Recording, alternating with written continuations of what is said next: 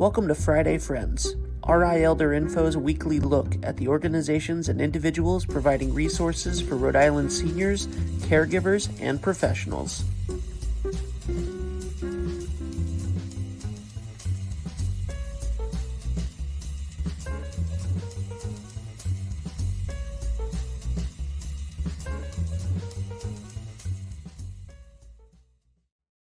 Oh, you caught me dancing again. I really do love that intro music.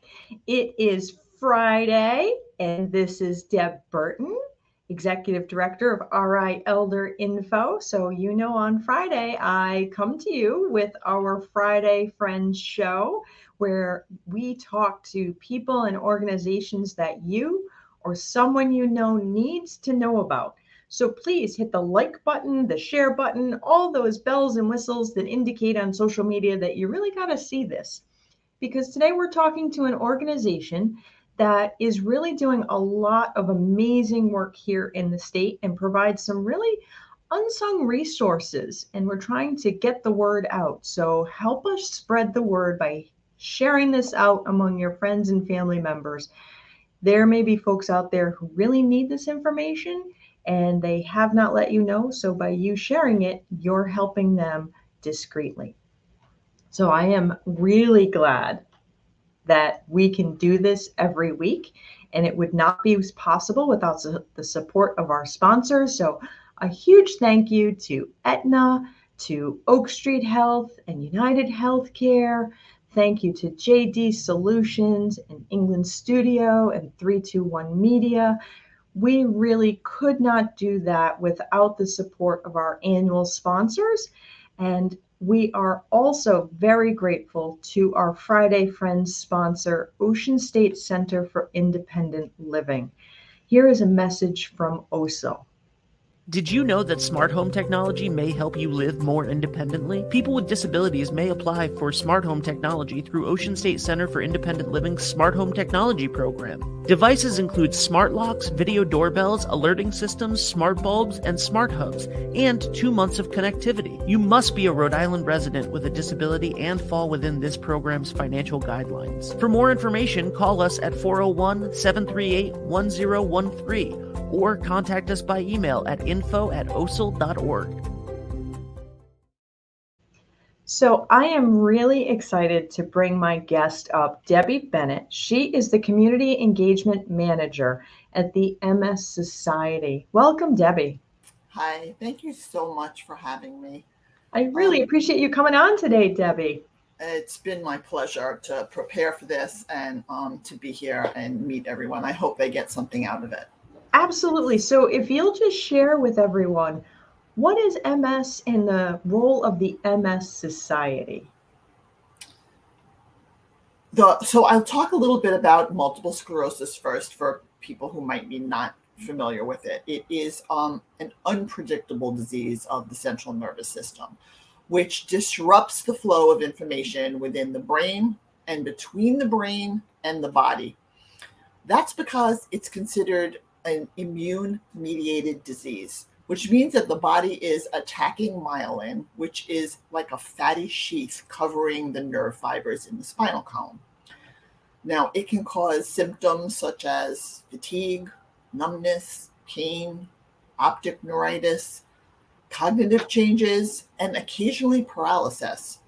Oh, wow. The thing to remember about MS is that everyone's MS experience is very different. What someone experiences one day, they might not experience the next day. And there is really no way to predict with any certainty how MS will progress.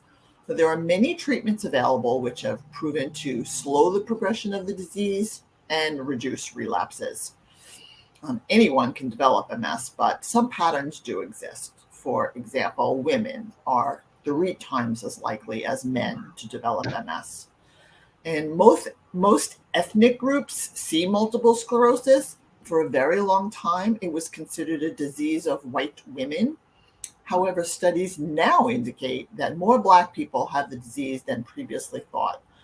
There is also an increased rate in the Hispanic Latinx community.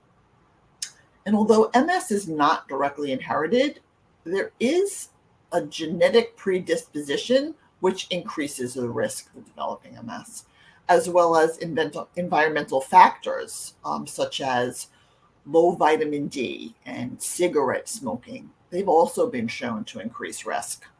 And most people are diagnosed between the ages of 20 and 40, but older adults and children may also develop MS. And although MS is not fatal or contagious, there are nearly 1 million people living in the United States with MS.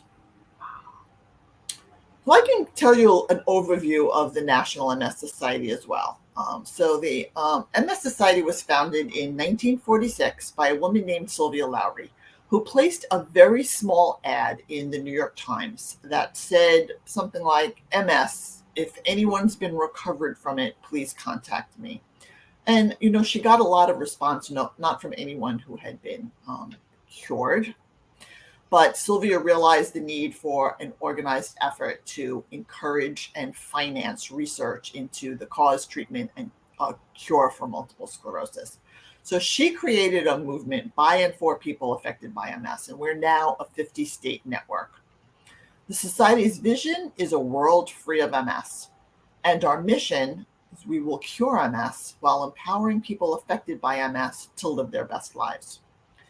We're a multifunctional volunteer organization, and we're committed to funding research. We are the largest private funder of MS research in the world. We empower people through our advocacy to help affect public policy on the federal, state, and local levels.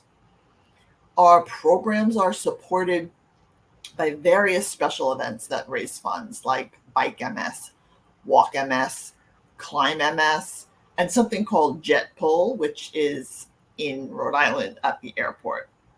Yes, I will be pulling a jet for the very first time this year. And that sounds like a lot of fun. Anyone who wants to come and volunteer, it's September 23rd at the airport. We'd love to see you there. We also help bring awareness to understand this complex and very unpredictable disease. And we really believe in comprehensive healthcare. So we provide access to affordable, high-quality healthcare. And while we're searching for a cure, we help people meet the daily challenges of living with MS. So, for instance, we have an MS Navigator program, which is a nationwide team of highly skilled professionals providing one-to-one solutions for what can be complex problems at times. So they can provide information on various topics. They can provide referrals to healthcare service providers. They can provide case management in people's homes who are facing multiple needs and need multiple resources to be placed. They can provide financial assistance on a small level when all of the resources have failed. If maybe you've purchased a wheelchair and can't afford a ramp now, they can contribute to something like that sometimes. And they are available from 9 a.m. to 7 p.m. Eastern Time, Monday through Friday, by phone, by email, and by chat. I've given some resources to Deb. So the phone number for MS Navigators is 1-800-344-4867, but it'll be on a list of other resources that I've created. So the impact that we're trying to make through our services is to empower people to solve everyday challenges by connecting them to information, resources, and community support that we hope will result in positive life changes. And the Society does provide different opportunities. So our educational programs, for instance, are sometimes available in person, local communities, and sometimes they're virtual annually. Sometimes they're monthly, like we have monthly webinars. We have a weekly Ask the Expert.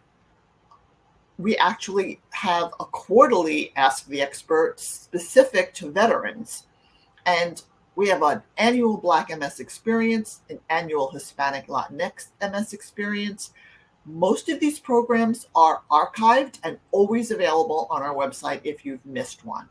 We have a calendar full of programs at www.nationalmssociety.org, where you can find a lot of the information that I'm talking about today.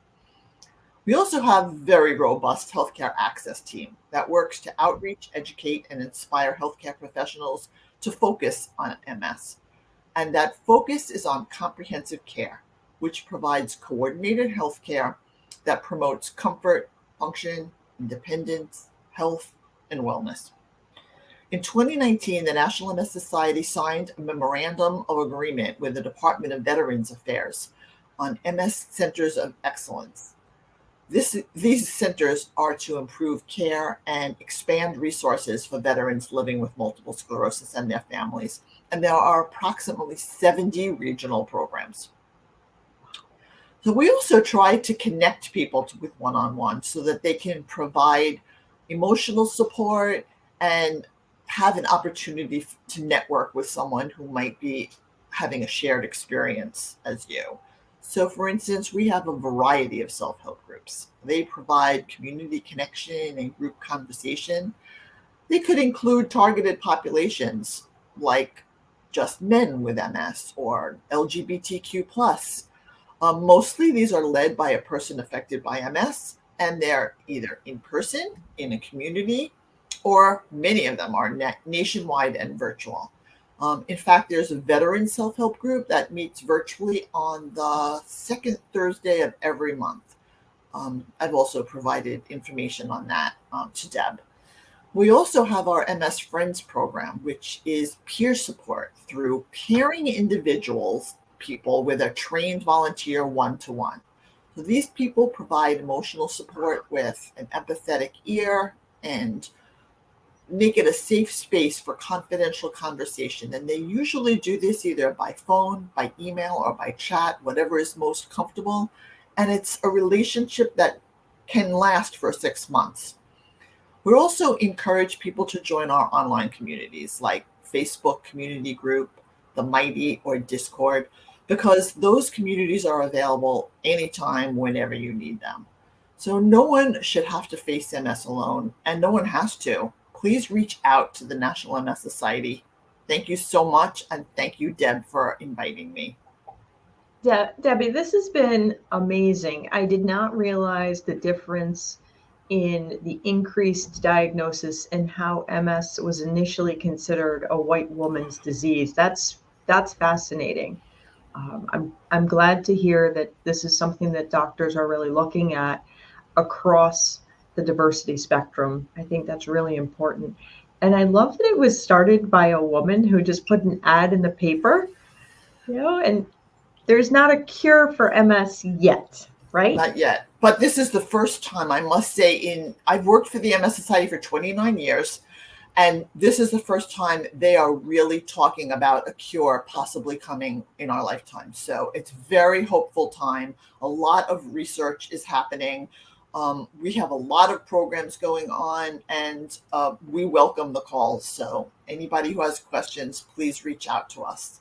Yeah, and it's awesome that you have a navigator program, because I think sometimes that's one of the challenges that RA Elder Info hears all the time is how do we navigate the health and social service system? So that's amazing that you're offering that, and all these different support groups too. Yes, and the navigators are most of them social workers. They're mostly trained social workers, which is really what you need on the other end of a phone call when you have questions and need resources. Yeah, that is awesome. So the MS Society does so many different things. I think you mentioned that for some, if people really kind of hit a wall and they need a little extra financial support to get that ramp or something like that, the MS Society does have some funds available for certain individuals? They do. There's an application process, of course, but they do have stipends that they can assist with. They will also look into the community for other resources. So maybe if you could put in a little money and they can put in a little money and they can find it in another organization, they'll help pull it all together and get the if it's durable medical equipment, if it's home care, case management, anything like that, just give them a call. They also have specialists in health insurance, any kind of entitlement questions people have, employment, if you're having issues with employment, you can ask to speak to a specialist in that as well. Wow. It's so comprehensive. It is good to share the information and resources that are available at the MS Society. Is the MS Society a nonprofit? Absolutely, yes. Okay. And we're considered a voluntary organization. Like, we run all of our events with volunteers and staff, of course, but all of our events are staffed by volunteers, hundreds. Do you have a lot of volunteers to pull the plane? So this is a fundraising event, right? And you have to have 25 people on a team, of which I don't yet. So if anybody wants to join my team, please do that. You have to have 25 people, but there are volunteers there who, cheer you on, who check people in, who distribute food. There's just always a job for volunteers, but anybody can do it. That's awesome. So with all the things that are going on as a nonprofit, if somebody is watching and they want to help support, what would be the best way to do it? Do you need more volunteers other than pulling the plane? Do you have other fundraisers coming up? Do you just take donations through the website? What would be most helpful to help the MS Society be able to continue all of the amazing programs that you're doing? So all of those things you mentioned, donations online are always welcome. Volunteers, we always need more volunteers at all of our events. Like I mentioned, the walk, we have bike, we have climb, we have a variety of special events. But we also need people who can facilitate self-help groups. And those MS friends I talked about, if you want to talk to somebody else and share your experience with someone, we need people to do that. We need healthcare professionals who are willing to volunteer their time and make educational presentations. We need volunteers at those educational presentations to help us with checking in people and, again, distributing food or just being connected to somebody else with MS is a huge volunteer opportunity. Yeah, sometimes it's when you are sharing with someone who is having the same experience as you, there is a great deal of support and a different level of communication. That's right. Absolutely. Every time I leave a support group, I tell people, you came here looking for support, but you've also provided someone else with a tremendous amount of support. It works both ways. Absolutely. Debbie, I'm so glad that you had time to take out of your day to come on Friday Friends, because the stuff that's being done at the MS Society is absolutely amazing. And I feel like it needs to be shouted from the rooftop. Thank you so much. I really appreciate this opportunity to share what we do. Thank you. Thank you. Folks, it really is an amazing resource, and you never know, because as Debbie said, MS affects people differently and even differently day to day. So there may be someone who is experiencing MS or caring for someone who is. So it's really important that we help get the word out. Many hands make the load light. Please share this out and let folks know that help is available. That's the most important thing. We are all in this together. So I thank you very much for joining me this morning. I hope you have a wonderful week. I will see you next Friday at 9. In the meantime, be well and be kind.